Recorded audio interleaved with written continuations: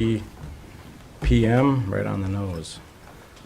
Begin the meeting with roll call. We have members present, Michael, Tracy, Anton, myself, and the mayor, Jay, is not present tonight. We have Mike Roth, Kim Dunsmore, and Patrick Knight from the staff that are here, and our attorney, Chris Hood. First item is open forum. If there is anybody who wants to speak during the open forum, now is the time to raise your hand, come up, introduce yourself. Do you need me to sit? Yeah. Yeah, okay. Yep. Okay, my name is Phil Oswald. I'm a resident of the city of Grand Marais. I'm also on the board of directors for North House Folk School. Here to support our school and its endeavor to get an appraisal for the property and be among those that can hopefully make a deal with the city that I think will benefit the city, maybe even more than North House. North House is one of the many things that drew me and my spouse here. We built a home here, about a home and a half here, and we intend on spending the rest of our lives here, pay taxes, support the community in lots of different ways, and we're involved in the radio station, I work at the library. We have supported an awful lot of causes throughout the time we've been here. Not a long time, 4 years for me, 7 years for Lori, and it means a lot to have North House here, and it means a lot, I think, to have it as a strong and vital part of our community. Thank you, Phil. Thanks.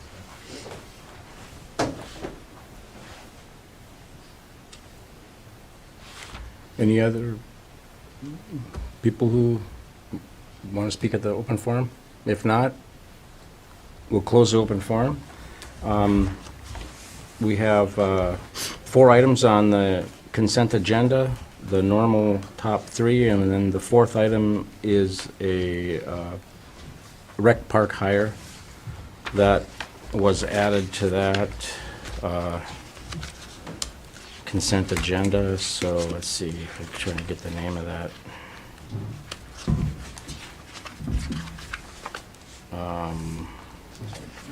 Clayton Smith, yeah. Is going to be added to the, Paul's History recommends him to be added to the rec park staff. So that would be the other addition to the consent agenda. If anybody have anything else to pull out of that they may want to discuss. Make a motion to approve the consent agenda. Okay, if there's a motion to approve the consent agenda, is there a second? Second. Second is Tracy. All in favor? Aye. Aye. Consent agenda passes.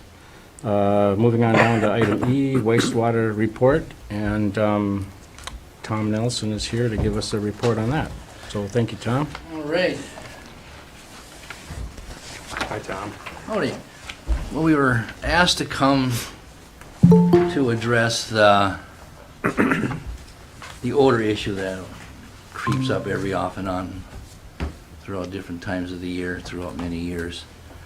So first I'm going to just say that the wastewater treatment facility is a biological treatment entity, and the processes can have odors. If anybody has the expectation that a wastewater treatment plant is never gonna, make foul odor, your expectations are way over, needed. It's gonna happen. It will happen off and on, regardless of what you do. It can be a mechanical issue, it can be a loading issue, or whatever. So it's going to happen, and it does happen. So we'll get that out said first. Now, what we can try and do to alleviate some of the issues is a quick background. A wastewater treatment facility needs four things that you try and keep in a balance. Some things you control, some things you can't. We call it bugs, food, home, and oxygen. The home is where, let's say, the treatment takes place in our what's called our big oxidation ditch. The food is what comes down the pipe. Most of the food that comes down the pipe and we have no control of it. The oxygen is generated on site, through aeration. That is, it's a controllable issue, except to a point when we hit a max, we can't produce any more dissolved oxygen that helped the system. And they all have to work together. And they're bugs. The bugs break down all the solids, in settleable solids and dissolved solids that come in the wastewater. And the basic process, I try and tell people, I give them a tour. If you want to think about it, let's say you have a dissolved solid in a glass of water. Let's say you have sugar in a glass of water, and you stir it up, you don't see the sugar. But it's nutrients, it's food. Bacteria eat that sugar, they go through their life processes, they build body mass on themselves. So now the body mass of the bugs is heavier than the sugar. You can come out and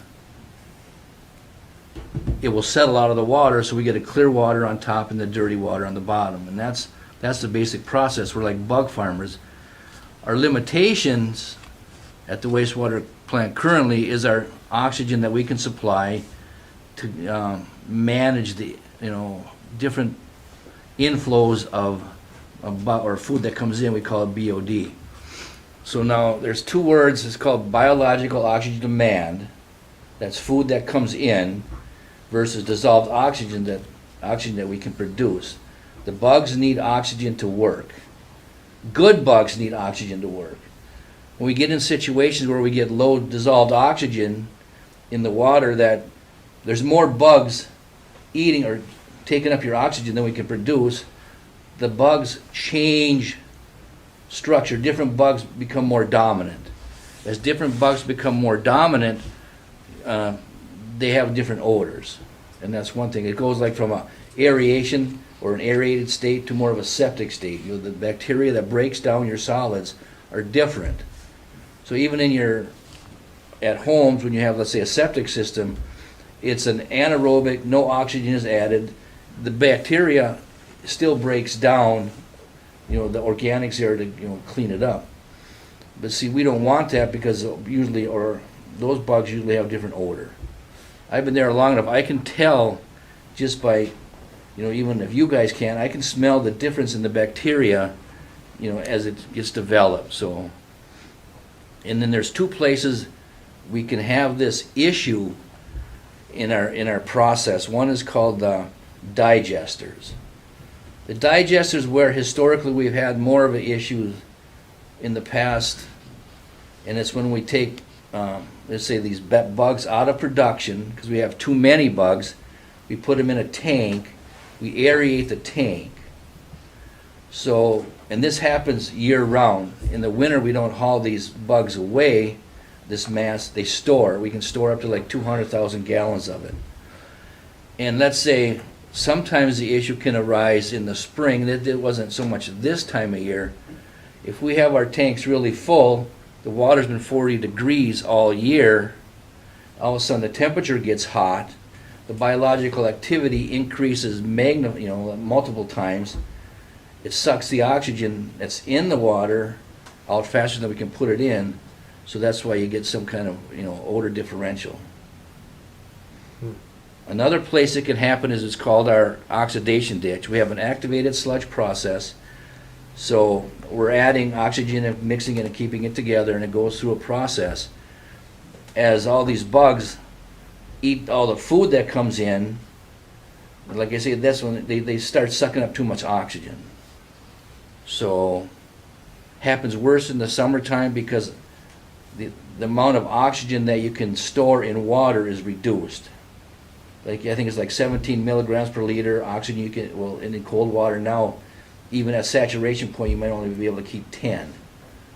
Right now on our big oxidation ditch, we're running less than 0.4, 0.5. It's extremely low. So that causes a bacteria change. You get more bad bugs than good bugs.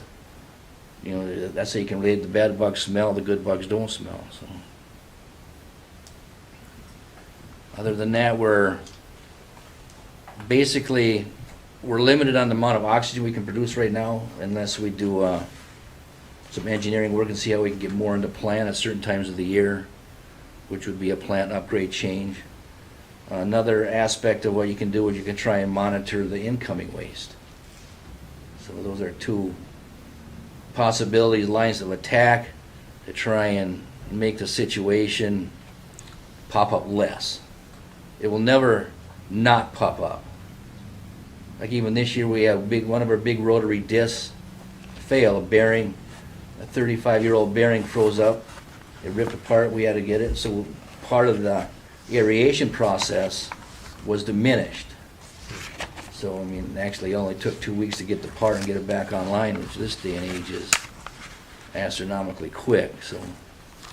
But those kind of things can happen, a blower can break, we can't add air to get things fixed, so it happens. If that's enough of a overview of why it happens, well, we can maybe look into try and take care of it. We're working on that, we've been working on it, so. Well, If you got any questions, I can try and explain. there's a what's so- 20-point quiz now after this. Took my Is this notes multiple here. choice? Yeah. No, No. a lot of the tests you even get to take to get your license are still essay, write up, not multiple choice. Sorry. So it's not, I mean, that's one of the questions I think that we've heard is just like, it's not like, oh, there's too many people and there's, I mean, obviously, the amount of input impacts what you guys are trying to do, but it sounds like it's not, The normal flow of any residential septage, or you could say influent coming into the plant isn't gonna bother the plant. It's more what happens when you get shock loads from different entities, things that might be too hot, too much BOD. Domestic, usually wastewater comes in at 150 to 300 milligrams per liter BOD. That's our biological oxygen demand. That's the amount of food that comes in that we're trying to, feed the bacteria. The bacteria can even break it down. Sometimes you get different reasons. A big slug might come in, who knows why, and it can be to 3,000 to 4,000. And these slug loads, or a high pH or high temp, whatever someone's doing, it can come from anywhere. And what that does, it immediately stresses the bacteria, the good bacteria. The good bacteria want a balance that's more consistent, and with especially the dissolved oxygen, that's what So what happens is when you get your dissolved oxygen down so low with this slug load, it takes time, even if you don't get another slug load, to build it back up to a beneficial level. And the process that you notice is the odor. There's other parts of the process that we have to deal with at the plant itself.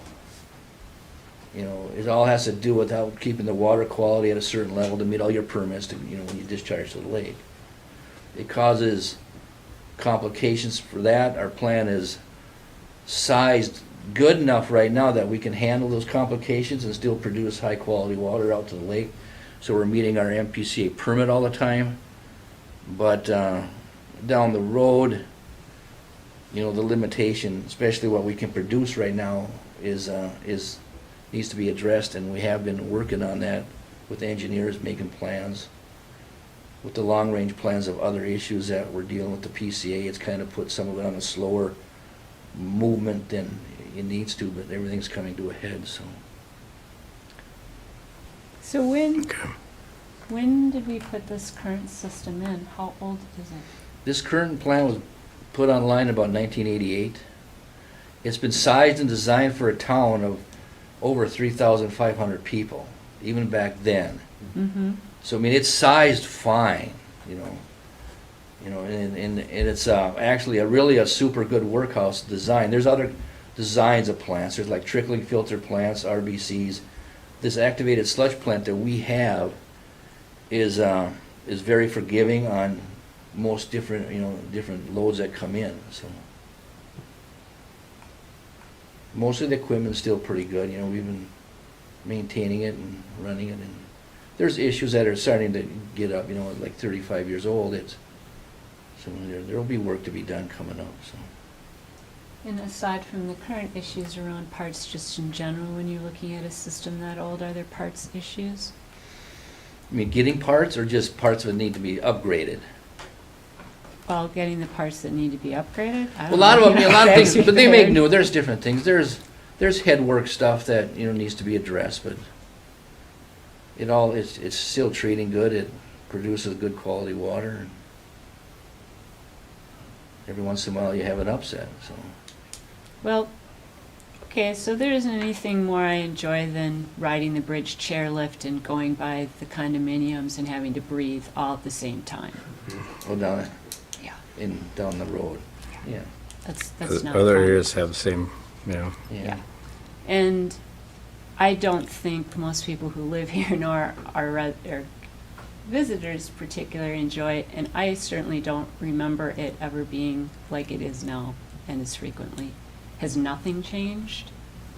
That makes it, for me, it feels like it's more prevalent than it used to be. For you to say it's always kind of been there, I don't mean it in like, no, it hasn't been, but it just seems like we get a lot more comment about it, and I certainly notice it a lot more. Never used to have to, like, what? Well, I've been there 32 years, and I know it's been there off and on, even a long time ago. And I would say it might be more prevalent. It's just, one thing, we're getting a lot of tighter systems, so actually that's going to cause, if you have a lot of I&I coming in, that actually helps a lot of the issues that might happen there, but you don't want to treat all the extra water either, so it's a give and take. I don't think it's really more prevalent. I think people are just noticing it more, and they're just commenting on it more on it.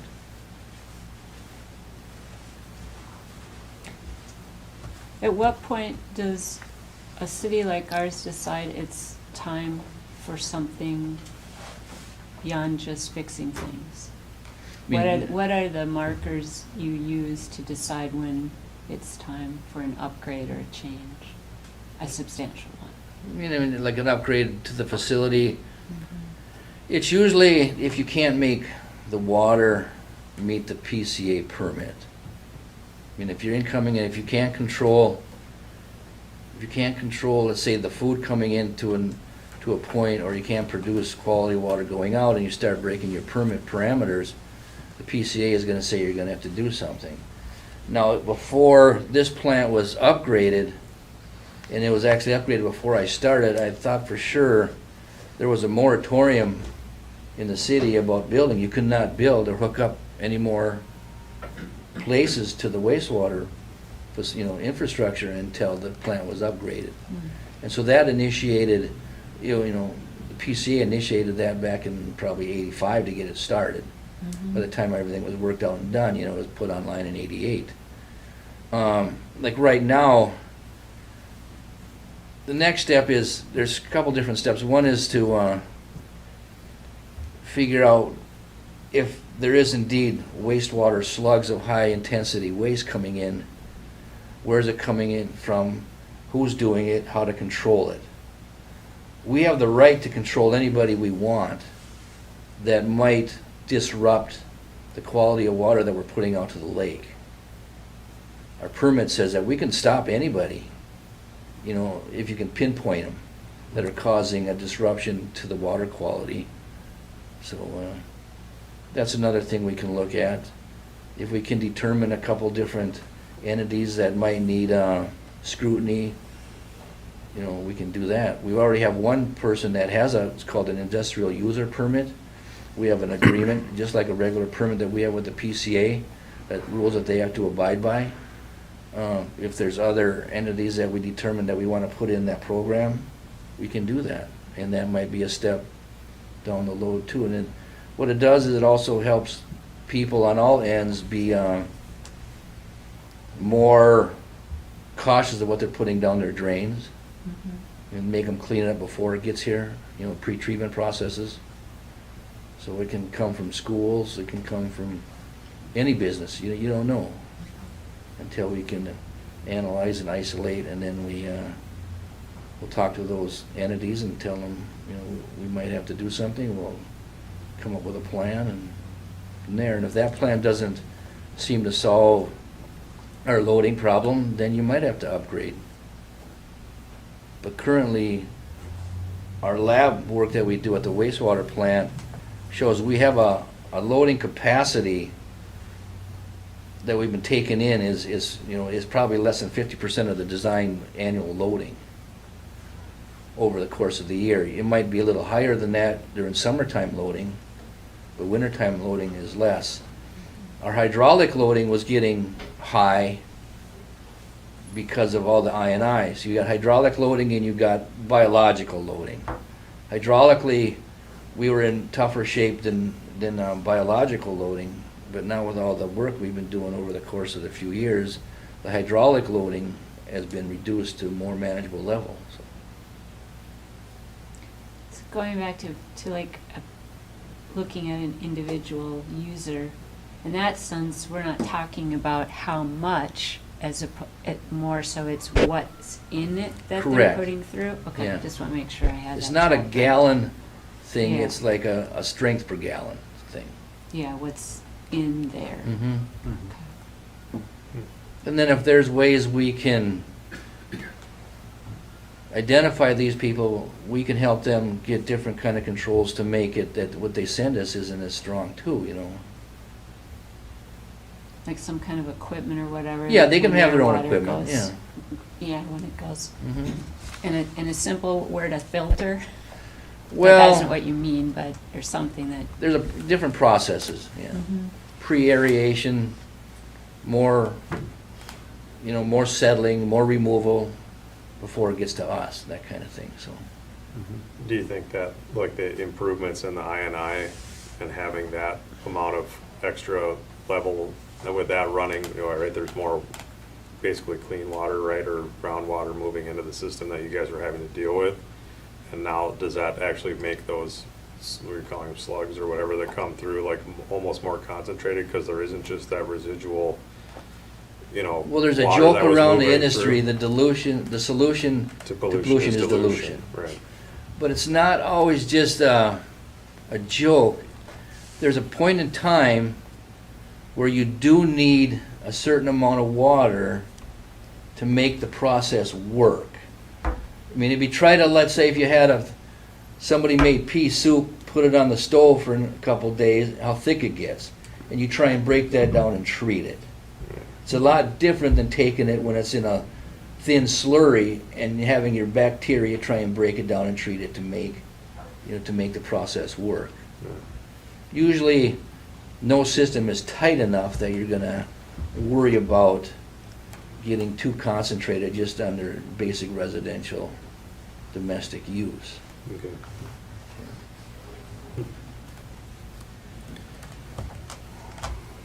Well, so I'll just ask this one more way. Sure. Just because this is like science, this is like a big learning lesson for me.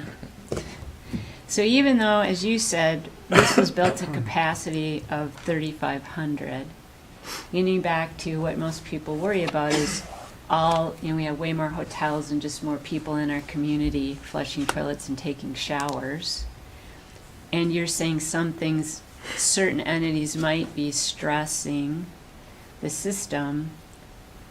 Is there something even in a hotel that makes what's in there a bigger stressor? It, not generally just a motel or a resident. It's all just domestic. Domestic, like human waste, isn't usually an issue. If they're using some kind of extreme cleaning compounds, if you put a lot of acid in, you change your pH. The pH can disrupt the bugs.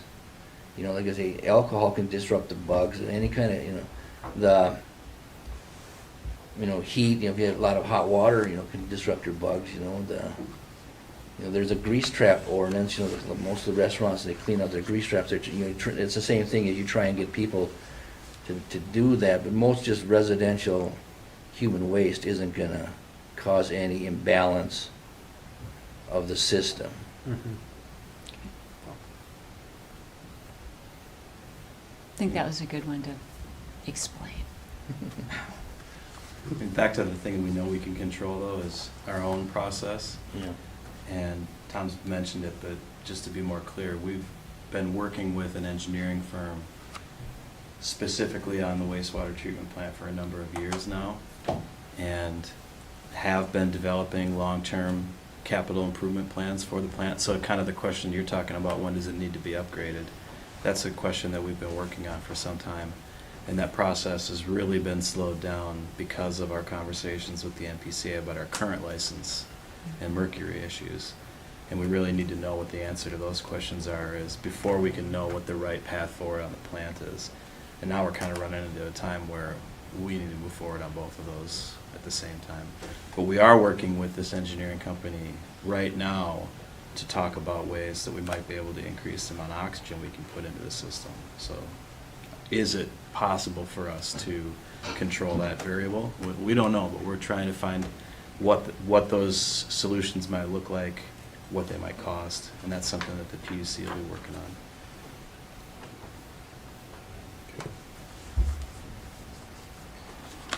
Thanks, Tom, that was interesting. I've got a question. In the middle of summertime now, when the rec park is full, the hotels are full, what kind of population are we experiencing in our community? I mean, we're not at 1,200. You know? No, right, correct. I mean, so we're still okay with the gallonage that's coming through to the septic treatment facility. We're not over capacity. No. The loading capacity is not, and the hydraulic capacity is not to the limit of the design capacity. Okay. Now, that's another thing, when they say it's built for a town of 3,500 people, that also means 3,500 population equivalent. Now, it's an engineering term that they use and estimate that a person uses 100 gallons per person per day. Well, that's not really, so you can even have, Yeah. that's you pretty- could have a business that might be worth, 100 or 1,000 population equivalents. And this is all data driven from, whatever's been coming into the plants. And then you use that for calculation the size. So even right now, if we have 3,500 people per day, if you look at our average water use, even of our residential people, nobody uses 100 gallons per person per day through their water meter. Just think of your own household. If you have 2 people in your household, using 100, that's what, 6,000 gallons of water a day. How many people use 6,000 gallons a day for their home use? It's pretty low. Yeah. It's more like 20, Yeah. It's also calculated if you go to work, it's whatever. That's why even like the courthouse in town with its population might have a population equivalent of 40 or 50 just because of the number of people there and the time of how many hours a day they stay there. Everything's based kind of like that, so. So it isn't literally 3,500 people? No. Yeah. Yeah. Another important insider thing you understand, that at first glance the sentence sounds very obvious, but it isn't. Yeah. Okay. So Any other that's questions helpful. from Tom? Nope. Thank you, Tom. All right. Thanks, Tom. Thanks. Thanks, Tom. Appreciate it. I'm not staying where we're at. Shocker. Good choice.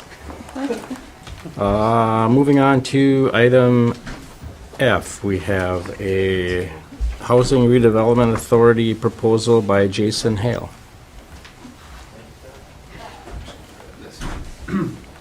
Well, good evening, counselors. Mine's gonna be less interesting than his, scientifically anyway, sorry. Maybe a little more straightforward too, I think. Thank you for the chance to talk with you today. I really do appreciate it. I think that there's a page in your packet here, past all the financials, just for a very rough concept drawing to help kind of explain what I'm talking about. As you probably know, I'm the executive director of the HRA here for Cook County, and I've been working with everyone to try to figure out how we solve some of the housing problems we have. So one of the things that, should say the first real domino in the housing problem solution is places to build housing. If you don't have a site, you can't do much. Everything is conceptual until you have a place to put it, and then you can actually get into numbers. And I know that Councilor Moody can attest to the complications when you're on site change when you get in the ground, and it's very difficult to plan until you know where you're building and what you're dealing with. So for that reason, I've been looking really hard countywide for sites to use for housing purposes. And actually, what the previous gentleman was just talking about with regards to utilities is the predominant reason I'm talking to you today. And I'm actually encouraged to hear that we still have capacity in the city of Grand Marais. It sounds like 100 gallons per day per person for another 2,000 people or something like that is what I gathered.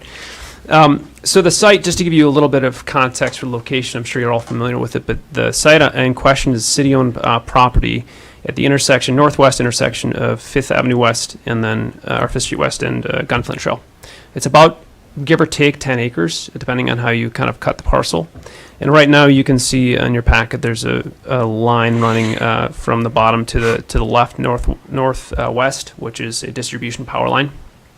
That's, as conversations with Administrator Roth, that's the only use of the site, so to speak, right now, is it's just serving to host that distribution line. A couple of reasons why my request to you today is that the city would consider providing that property to the HRA explicitly for housing development. And there's a couple of reasons for that. One, it's a decent sized site, and it's not on a cliff, and it's not in wetlands so far as we can tell. And those are really difficult to find. Two, it is in city limits and has access to utilities. So for the reasons that he was just talking about, as much as there are complications with city infrastructure, I can tell you it's much more complicated when you're not in city infrastructure, especially for more dense housing developments. The reality is, building outside of the city limits, anywhere outside of city of Grand Marais, of course, there are no utilities, so you have to do subsurface treatment systems. And I can tell you, I had one installed this week for myself, finally, and for one house, it was upwards of $40,000. There were some site complications, but everywhere in the county there are site complications. So all that's to say, trying to do one house on one piece of property, you're out the gate, out by that much, not to mention well, driveway, etc. Could go into a lot of cost implications, but the point is it's way more effective and efficient and cost efficient to build where there are city utilities. So this parcel is, I believe, to the west and southwest of this, and northwest actually, really surrounding this on the left side is planned Sawtooth Bluffs recreation area, which I think is actually quite an amenity, obviously for the community, but to have housing here for residents to also be able to access that pretty readily is, I think, a boon for the city. You can see on the map here, there are a couple of things conceptually that I'm proposing. One is that on the south end of the site, closest to the road, there would be a multifamily project there. I've been working with some developers that I had worked with in my previous roles, and a couple of them are interested in Grand Marais. It took some talking with them, but they see there are some opportunities here, and they actually think of course they do, it's a lovely community.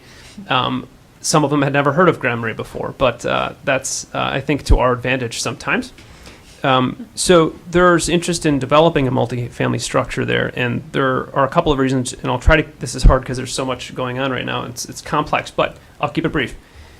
Putting the multifamily at that location helps run utility infrastructure up from where it needs to be to the site. And when you do more density right away, it amortizes the cost of infrastructure over more units of housing, as opposed to doing 3 units, and if you did 30 or 40 or whatever, you can spread that cost. It's the same cost to run a pipe up the hill for 1 or 100 units, right? So that helps. And then from there, if you work northward on the site, there is enough space and property to do some single-family development as well. The concept here is the HRA would work on developing itself, acting as the developer for the northern part of the site, to construct more affordable, income-restricted single-family dwellings. Hopefully for sale strictly, but also potentially for rent if that seems appealing and is necessary. while the southern part of the site closest to the road would be the multifamily site and structure.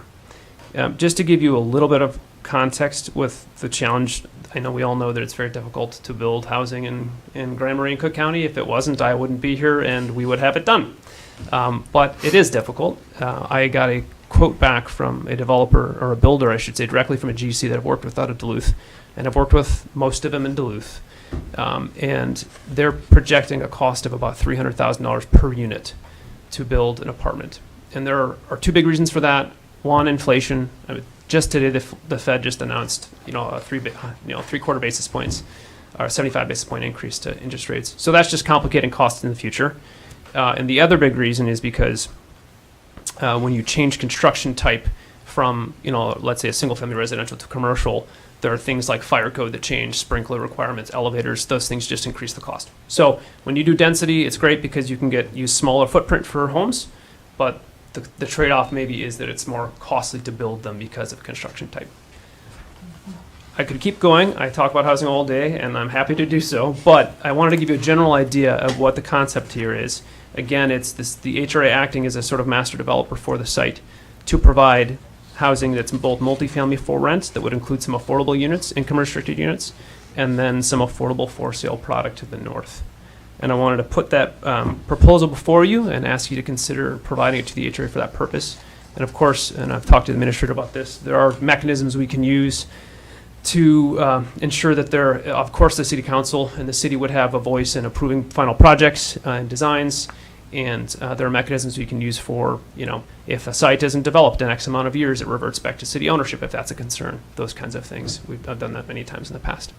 So with that, I'd be happy to take any questions if you have them. Really basic one. In the one box up, well, I guess it points to both of them. Mixed income cottage, is there anything specific about using the term of cottage that I'm missing?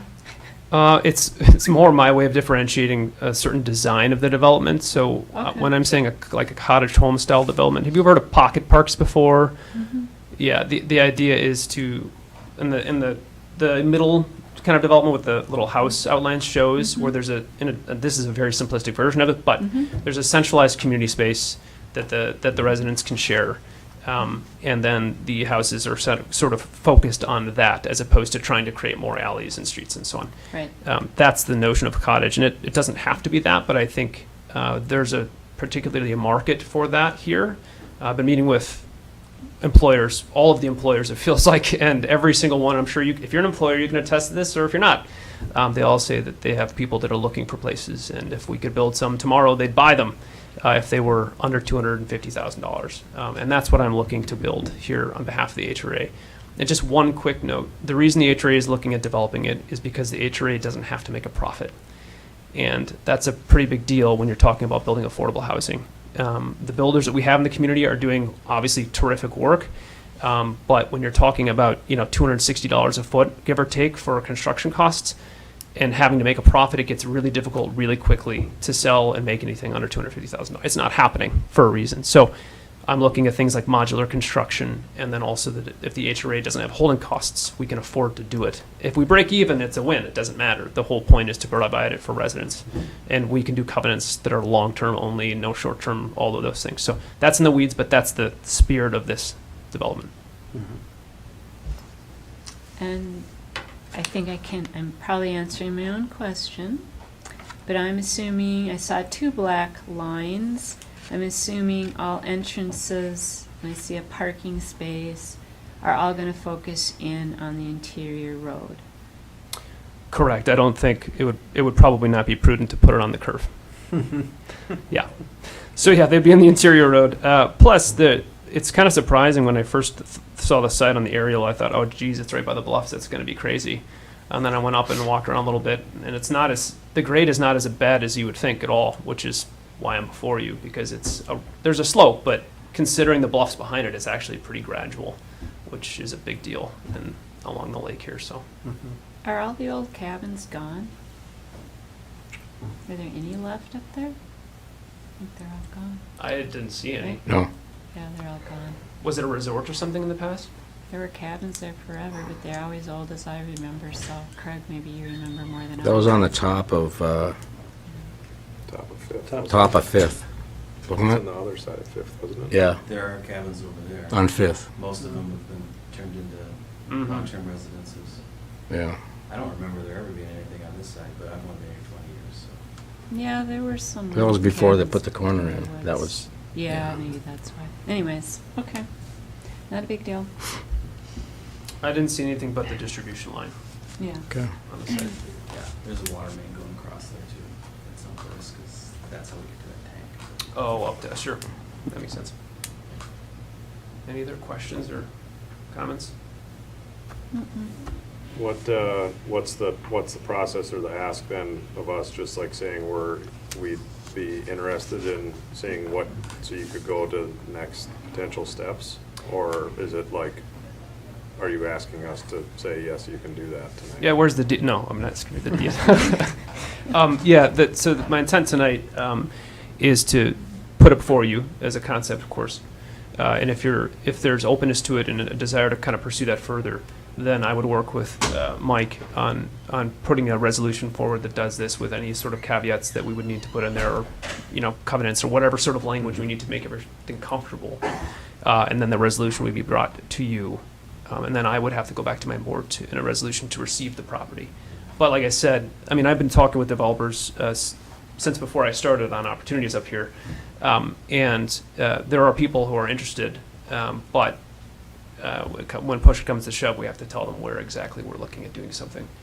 And they're much more interested in doing, especially for an apartment complex or a multifamily structure, in doing city utilities, because most of them have never worked with a large system, subsurface treatment system. That's kind of another animal for most people. So if, having that indication that the council's favorable on this sort of concept, I can then go back, do the paperwork side of things, bring it to the council to review and hopefully approve, and then I can get moving on with actual projects. And again, there'd still be that chain of approvals that the council will have, the normal zoning process and et cetera. So, Because if I remember right, in looking at Sawtooth Bluff property like that, inside, actually it was always, even in the Sawtooth Bluff master plan, was Yeah. labeled as potential housing, right? It was cut out even in the 2000 version of the plan. Yeah. From the recreation area, and it's been talked about as potentially lots of different things. Yeah. But the latest conversations have been in housing. Yeah. It's a good spot for it. yeah. I'm also asking, just so you know, I'm asking the county to participate. And, if the council approves this land transfer for them to help facilitate the survey to exactly, because right now the parcels are actually kind of strangely aligned. It's not like one neat parcel.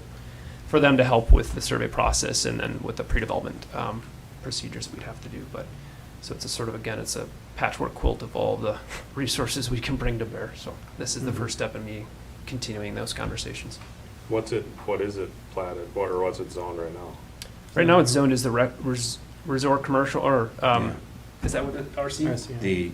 The only thing you can build without special permission is parks that don't require any buildings, It is in the park, yeah, like the rest of the stuff up there. like the rest of Sawtooth. I just Bluffs. didn't know if that, I didn't remember from the parcel map or zoning map, if that half moon shape was something different in the inside. Yep, it's not yet. It would have to be rezoned, and then the things that he's talking about developing would probably all be conditional uses as well, so there'll be two bites at the apple for things like design review for the planning commission and the council, neighbor input, all those sorts of issues. I think it's a great idea. Great. That's exactly what we have an HRA for. Exactly. This is the easy part. Now I have to try to build something there. So, and I think you all know how to. If you have any questions, if you wake up early and think, wait a second, I should have asked this. Don't hesitate. My office is down the road, and I'm happy to talk about it. Like I said, I've been kind of putting irons in the fire here, and I have some potential leads for all three of these potential phases, and I'm excited to kind of get to work. And the soonest anything's in the ground is 2023, and that's pushing it. But I have to do the planning now. That's awesome. Okay. Yeah. thank you very much for Yep. hearing me out. It seems like there's general support of the idea. I'll continue to work with the administrator on the process and get something in front of you. Thanks, Yeah. Council. Okay, thank you, Jason. Thanks. Yeah, I always forget about the other road. It was on that side. I was forgetting that part of it. 57th. Yeah, it's way over to the Yeah, on east. the other side. Yeah. That's what I've gotten so much. Okay, moving right along to item F. We have a 2021 audit presentation by our He's, audit company. he's not joined the call yet. He's emailed me that he hasn't received the link, but I've sent him the link 2 times, and I'm trying to text him. I got a little filler of time while we're working on it. Okay.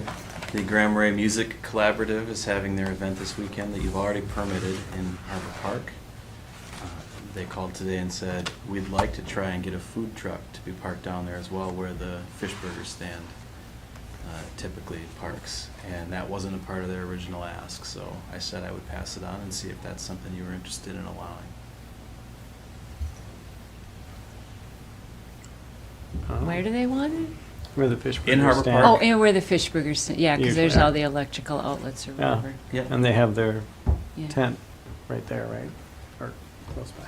Just for the duration of the event? Just for the event, yeah. I say that's fine. That's my opinion. I say it's fine. As well. You have to vote on that? Okay. No, I'll let them know. Okay. Great. Yeah, it's, any permit, what, is it already a permitted Yeah. food Yeah. truck? They have to So get, it would almost be like the way that we let Lions Club deal with whatever they do on Yeah, public property. I don't know who it would be, but I assume it's one of the existing local ones because they didn't tell me who it is, so it's gonna have to Okay. be quick. When did they move the booth, the fish burger stand in though? when do they move it in? Yeah, they wait till First next part of week? the week, Okay. like So Monday. it's like they wouldn't arrive and then find that the fish No. burger stand had already been No, they move it in placed. like Monday or Tuesday, something like that. Right, but they have to start, They start setting up. and in the past, They- actually, they've had it set up, like during Dragon Boat, they had sold fish burgers that weekend, which would be this weekend. Yeah, they left it. Well, I'll So- let Todd know he should talk to the Lions first. Just double check, and just in then- case. Yeah. Is Fisherman's picnic next weekend? Yep. Your kids haven't been hounding you endlessly?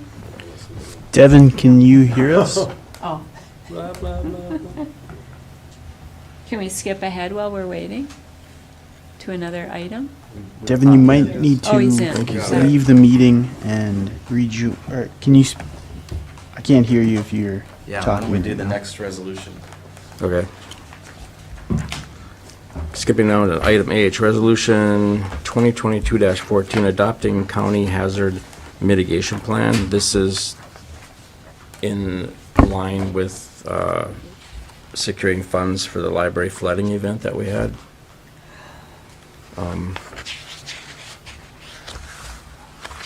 So basically, what we need to do is, did you read the back of the, well, the mitigation? Resolution? What's The that? mitigation plan itself, there's a link to it, but it's a large document. Yeah. It was developed in 2019. I read the City resolution, staff but I didn't did read it. participate in it. We talked about it, but we never took this official step of adopting it. Hmm. And it's required in order to access these funds. I would make a motion to approve Council Resolution 2022-14. I would second that. All in favor? Aye. Aye. 2022-14 passes. So we can move ahead with that application. Okay, Can you hear us, Devin? I can now, yeah. No, Okay. Right. Well, Audit report. You're up. all right, All Devin. right. Okay, sorry about the difficulties. All right, can everybody see my screen now then? Yep. Yep. Okay. can't read it, but we can see it.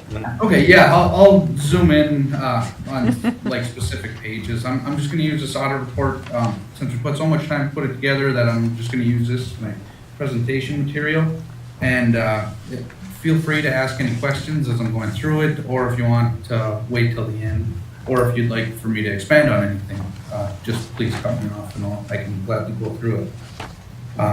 So first, I had it. I'm going to start on page 2, which is the independent auditor's report, and I've highlighted the paragraph that most people want to see. This paragraph basically states that, in our opinion, the financial statements are presented fairly in all material respects in accordance with generally accepted accounting principles. So it's the highest level of an opinion that you can get on a report. However, this doesn't provide an opinion on the financial health of the city. It just provides an opinion that the financial statements are presented accordingly, in accordance with GAAP. I'm going to kind of just jump through this report. So this audit report has changed since last year, but I highlighted the most important thing, which is this paragraph.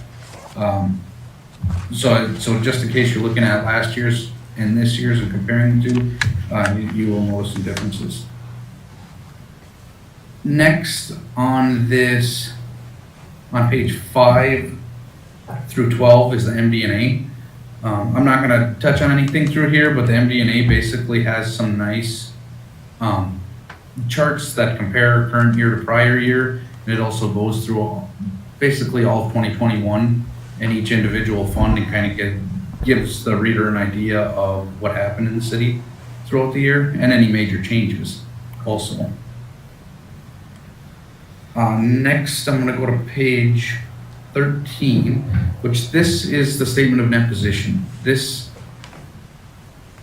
if you wanted to look at the city of Grand Marais as a whole at 12/31/2021, this is the report that you would look at. However, as far as for presenting and especially for the council to use, I don't know how beneficial it is for the council to necessarily use, because it includes such things as like deferred inflows and outflows related to pensions and this net pension liability that there's nothing that the city can really do to change that. It's just a GASB reporting requirement. So having those sorts of things in here doesn't necessarily help the council in decision making. So I'm going to concentrate more on the fund financial statements, and you'll see what I mean in the next few pages. So 13 was the balance sheet, 14 and 15 are the income statement for the city as a whole. Then I want to go into more depth on page 16, which are all the governmental funds. And you can see I highlighted a couple numbers here. As I was like preparing for this presentation, there are a few things that I look at to see, to kind of gauge the financial health and to see if there's any concern for where the city is at with their cash flow or how much they have set aside, kind of like emergency fund. So this is the balance sheet of the governmental funds. I'm going to skip 2 pages ahead to page 18, which this is a statement of revenues and expenditures and changes of fund balance, which is a fancy way of saying an income statement. This number right here is the expenditures in the general fund. So the state auditor, they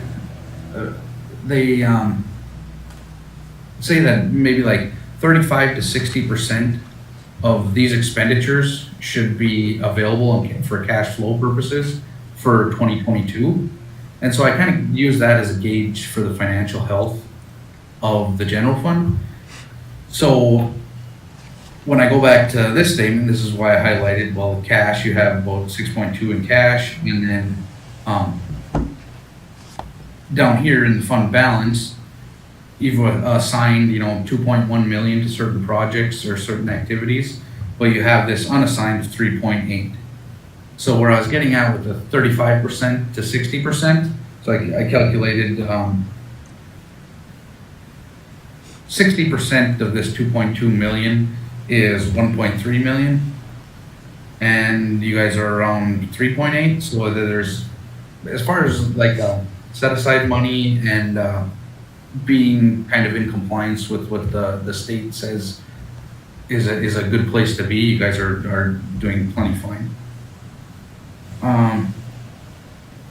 Also on this statement of revenues and expenditures and changes in fund balances, I highlighted the changes in the fund balances down here. And I mean, negative fund balances or decreases in fund balance obviously would be a red flag, where as you can tell, you guys had increases in fund balances and there are healthy fund balances, which is a nice sight to see, because some of my other clients are nowhere near where you guys are at. So yeah, the city's really looking good in that aspect. Next, page 20 are the enterprise funds. This is the balance sheet. I'm not going to go into any real detail here, but I will point out one line that we kind of look at to gauge whether enterprise funds should raise rates, or if expenditures are getting out of control, or financial numbers like that. So basically, operating income is the first thing that we want to look at. All these enterprise funds should really operate like a business. So obviously, business type activities, or that's why they're called business type activities. So anywhere we go, we want to make sure that these funds are self-sufficient. So really, all your enterprise funds are positive, but that would be an indication, if they were negative, that you might need to start looking at increasing rates, reducing expenses, etc.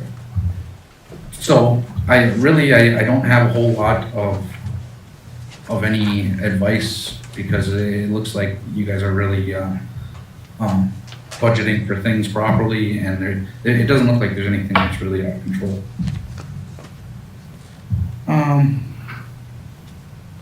Next, I'm gonna kind of fly through a bunch of pages here.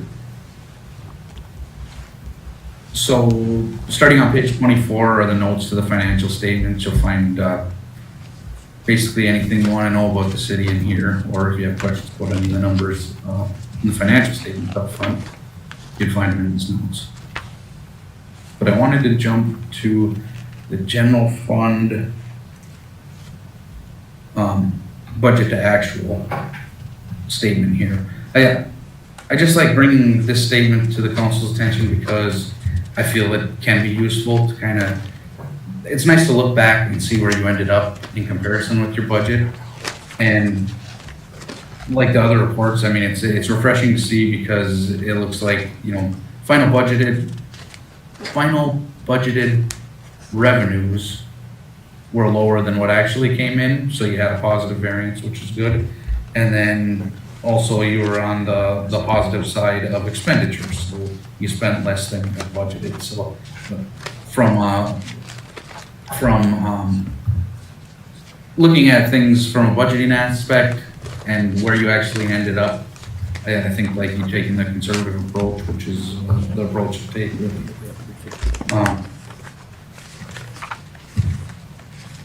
Next, I'm going to jump to page 63 and 64, which I'm just going to point out.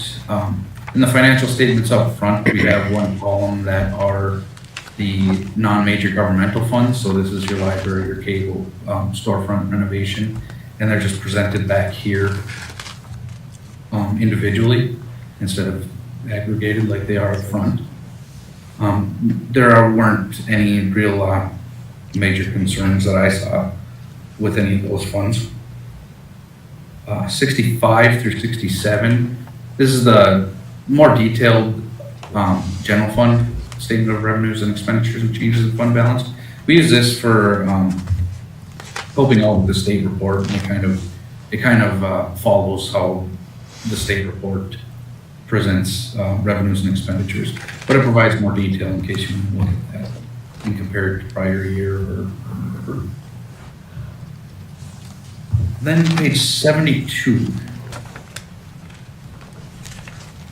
These are our findings. So if we, throughout our audit, if we found anything, whether it be compliance, like non-compliance with state statute or grants, or we saw some fraud or bank recs weren't done on time, you know, all sorts of things that we would find in an audit, it would be in this schedule of findings and responses. And these are significant findings that would warrant your attention. So these same two findings we have presented basically every year since I've worked on the audit, and I would say 90 to 95% of our clients have these findings. So it's, I guess it's something to keep in mind, I wouldn't be necessarily worried about, but just to be aware of. All the small cities that we audit have a segregation of duties finding, and it basically is because you're relying on one or two key personnel to do the bank recs, do journal entries, that sort of thing. So I bring it up why it's so important is because as a council you want to make sure or provide additional controls over those key employees. That being said, as long as you segregate duties as much as possible, I mean, that's really all you can do without hiring like 5 more people. So like I said, that's our big finding, and same with this lack of control over financial reporting. This second finding, the city hires our firm, and then one of the non-audit services that we provide is we put this report together, make sure that you have all the required disclosures, that sort of thing. So really, there's not a whole lot additional that you need to worry about these two findings, but I just want to make sure I explained them to you so you understood them. So these are significant findings. Next, I'll go to management points.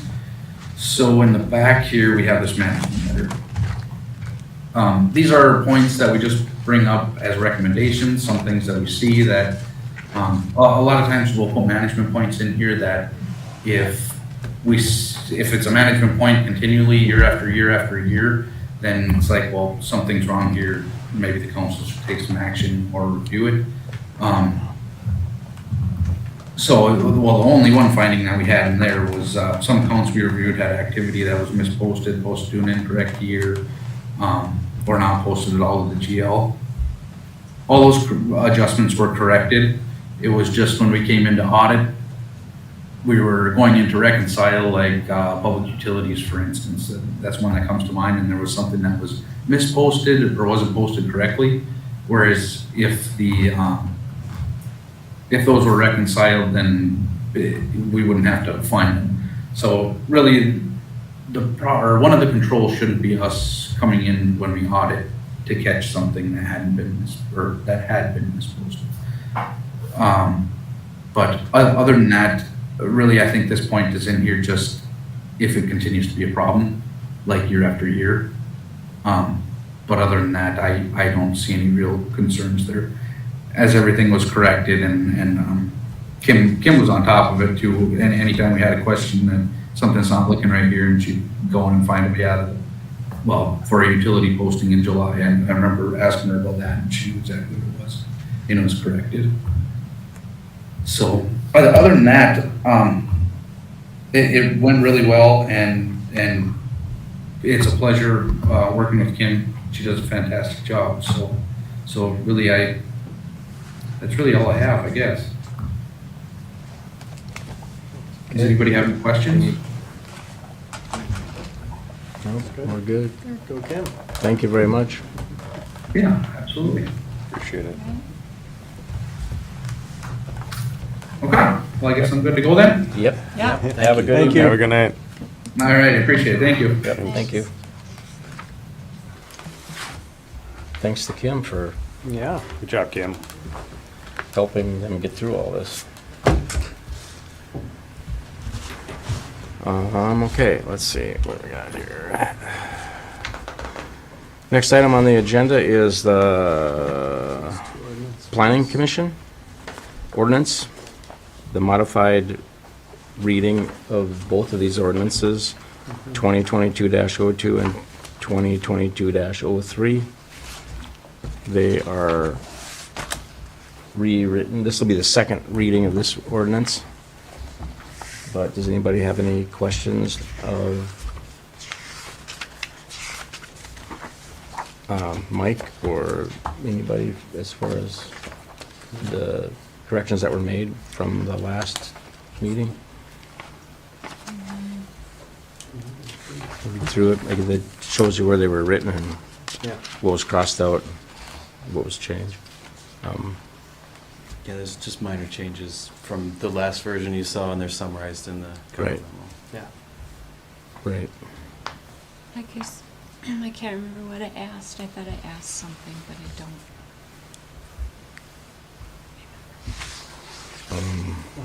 Well, it should be my notes, right? You did, I can't remember. No, in our minutes. What did you ask? Well, the last time they were here, though, not last meeting, right? In the last meeting? When was the last meeting? Oh, it was the last meeting? Yeah, For some reason, I was thinking we it read was it on July before. 13th. Okay. Let's see. That's odd. Was it the EDA one? Do you remember Yeah. which one it was? That was the one. This one? Yeah, okay, let's see if there was. According to this, you had no problems with it. And since you already voted to approve these minutes, that's what happened. Yeah, we did. Yeah. And I don't see any notes in here other Oh, well, than, yeah, I did because we were Review. gonna, it would be yeah, I got you quick. Yeah. Because we said we, whatever. That we had a second. Well, for sure, not the EDA one, but the other one, you caught the mislabeled heading, and we talked about the fact that there was some other references to CI in the zoning ordinance that we also needed to include in this, which we did at the end with that, just one statement. I don't think there was other specific questions about the language in the ordinance, but you did ask a lot of questions about the other language that was in the zoning ordinance that we included in the ordinance here, but that we weren't Oh, yeah. talking about changing. We did talk, yeah, we did Yeah. talk about that one. You were talking about dry cleaners and Yeah, like, why are we there's listing? some strange stuff in there still, but Yeah. it's not being proposed to change. We still don't have a dry cleaners, so. Or not anymore, Not let's put it anymore, that way. yeah. Right.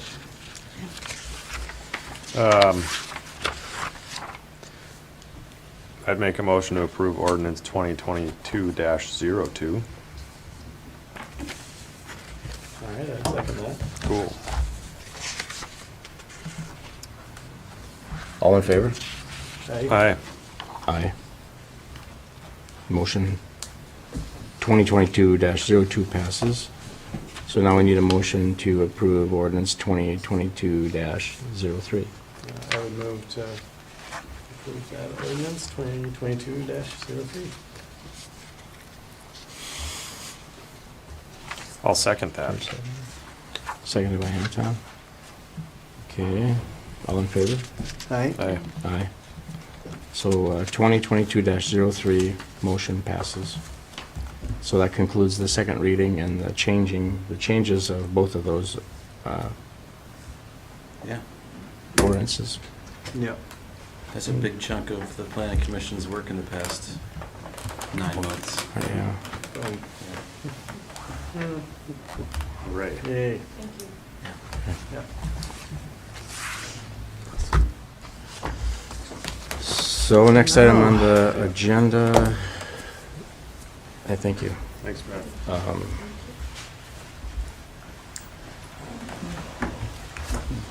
Do you get to read that? You special have to thing? read the statement. Do I need to introduce this, Here you go, or do I just read this? There you go. That is the introduction. Oh, okay.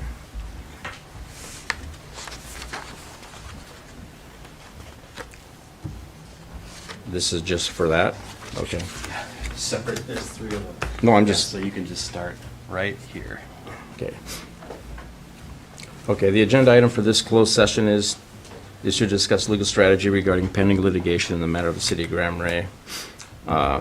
NPDES permit number MN0020010, legal basis to close the meeting. This portion of the properly noticed regular meeting of the City Council of the City of Grand Marais will be closed pursuant to Minnesota Statute Section 13D.05 Subdivision 3B under the attorney-client privilege exception to the Minnesota Open Meeting Law. The city's need for confidentiality outweighs the purposes served by the open meeting law, in this case based on the following.